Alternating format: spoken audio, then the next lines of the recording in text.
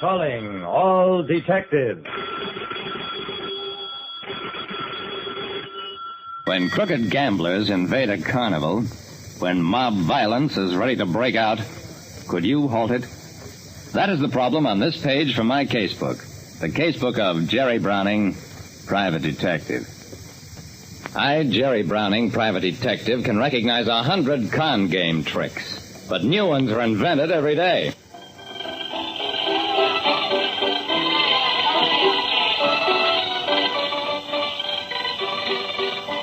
As I followed Al Robertson, owner of the Robertson Carnival, through the grounds, I noticed that the rides weren't getting much of a play, but that little crowds were clustered around most of the take-a-chance booths. In the truck that served as his executive office, Robertson said, "Browning, I'm worried. In fact, I'm scared stiff. My nose tells me that crowd out there is loaded for bear." "If it is, it's your fault, Mr. Robertson. Why did you let those con men and grifters move in on you?" Robertson mopped at his brow. "I had no choice. I had to get money or close down, so when Cowell made me an advance payment offer for the games concession, I granted. Now I'm stuck." "You've been here 6 days without any serious trouble. Maybe a concessionaire isn't operating as crooked as you think." Robertson shook his head. "This is our last night, Browning. That's when trouble always comes. When the people have been fleeced, realize they're moving on, and there's no more chance to get even." Robertson shivered. "Hear that? It's a mob in the making. Browning, I don't know how you can do it, but if you don't head it off, there's going to be killing." A carnival owner who had permitted crooked gamblers to move in on him pleaded with me to head off mob revenge.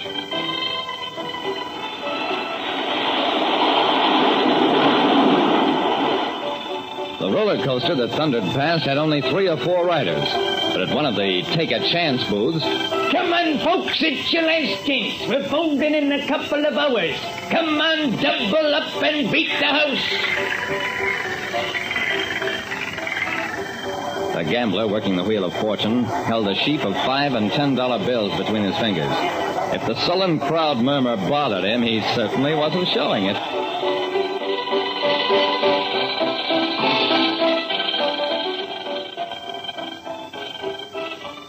I walked down through the grounds to the trailer where Jim Cowell, the game concession boss, had his headquarters.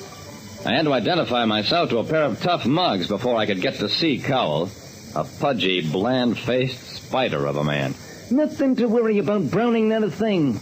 If Robertson has milk in his veins, I'll take full responsibility for getting the wagons out of here." "That's fine. Will you also take full responsibility for the people who get killed if a riot starts?" Cowell's face darkened. "There'll be no killing. A couple of heads cracked, maybe. Nothing I can't square with a few bunks. Now get out of here."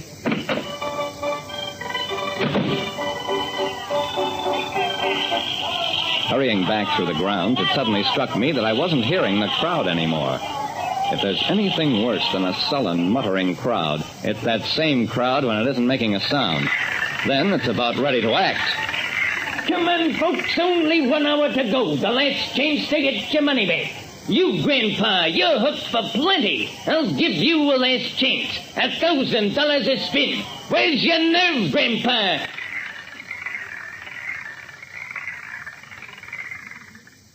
The old man the gambler was picking on moved in, and as he did, the crowd moved with him. A moment later, as though the shot were a signal, the crowd suddenly dissolved and fled. I caught one glimpse of the old man disappearing among some wagons. In his booth, the Wheel of Fortune man was slumped over his counter, slowly slid to the ground out of sight. From all over the grounds, carnival workers streamed to the booth.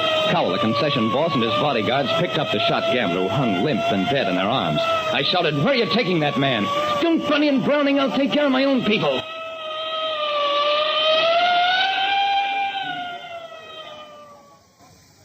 Two hours later, at local police headquarters, Cowell was bland and smiling again.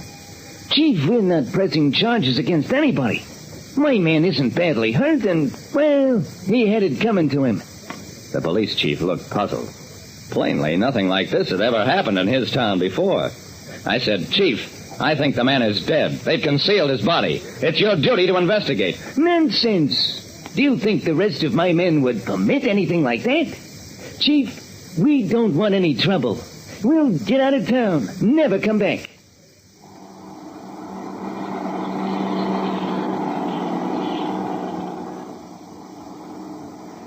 That's how it was. The police chief was so anxious to be rid of the carnival that he let them pack up and leave. And in Robertson's truck, a few hours later... Browning, maybe the man isn't dead. I shook my head. It was point-blank range. The killer couldn't have missed. If somehow he had missed, that mob would have torn the gambler to bits. Robertson's head sagged. Well, close down the carnival. If I don't, it'll be the same thing all over again at our next stand. Yeah? I guess you're right. A sudden thought struck me. The same thing all over again. I turned to Robertson. I've got an idea. Pull the truck out of line, over to the side.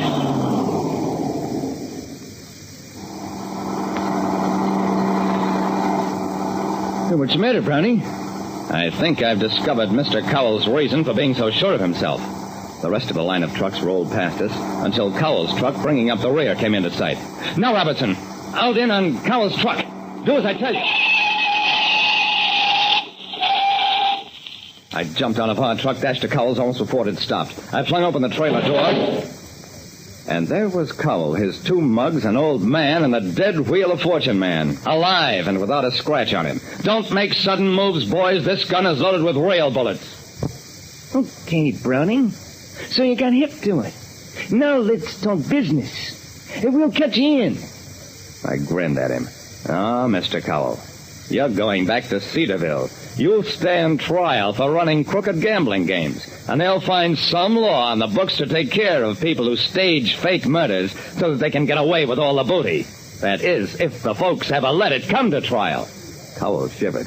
Okay, you win. What's the price? I made the price steep. Forced him to surrender his concession with the carnival and to give up the amount he'd gouged at the last stand from the citizenry.